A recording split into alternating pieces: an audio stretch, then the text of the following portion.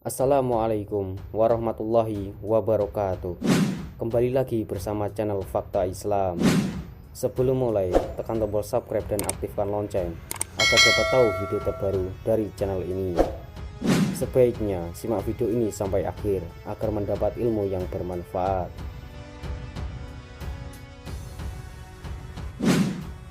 Apakah orang yang telah meninggal dapat mengetahui amal perbuatan keluarganya yang masih hidup? Ternyata benar. Para ahli kubur dapat mengetahui amal perbuatan keluarga dan teman-temannya, dan bisa juga memberikan dampak bagi ahli kubur. Bukti bahwa ahli kubur dapat mengetahui amal perbuatan keluarga dan sahabatnya yang masih hidup adalah ungkapan yang disampaikan oleh Abdullah bin Mubarak, seorang hafidz ahli hadis dan dijuluki Syekhul Hadis semasa hidupnya. Abdullah mendapatkan keterangan ini dari Sa'ur bin Yazid, dari Ibrahim, dari Ayub yang mengatakan bahwa amal perbuatan orang-orang yang masih menghirup udara di bumi akan diperlihatkan pada orang-orang yang tidak bisa lagi menginjakkan kakinya di bumi. Jika mereka ahli kubur melihat amal perbuatan yang baik dari keluarga atau teman-temannya yang masih hidup, maka mereka akan bahagia dan bergembira. Namun jika mereka ahli kubur melihat yang sebaliknya, maka mereka akan berkata, "Ya Allah, jauhkanlah itu dariku." Pernyataan Abdullah bin Mubarak tersebut menunjukkan bahwa orang yang telah meninggal tidak ingin melihat amal perbuatan yang buruk dari orang yang masih hidup. Mengapa ahli kubur tidak ingin melihatnya? Karena amal perbuatan yang buruk dari keluarganya membuat ahli kubur sedih dan malu. Bukti bahwa ahli kubur sedih dan malu atas amal perbuatan yang buruk dari keluarganya adalah cerita dari Ibnu Abi Dunya, memiliki nama Al-Hafidz Abu Bakar Abdullah bin Muhammad. Beliau mendapatkan cerita dari Khalid bin Amr al-Umawi, dari Sodaqah bin Sulaiman al-Jafari. Ia bercerita, "Aku adalah seorang lelaki yang berkarakter buruk.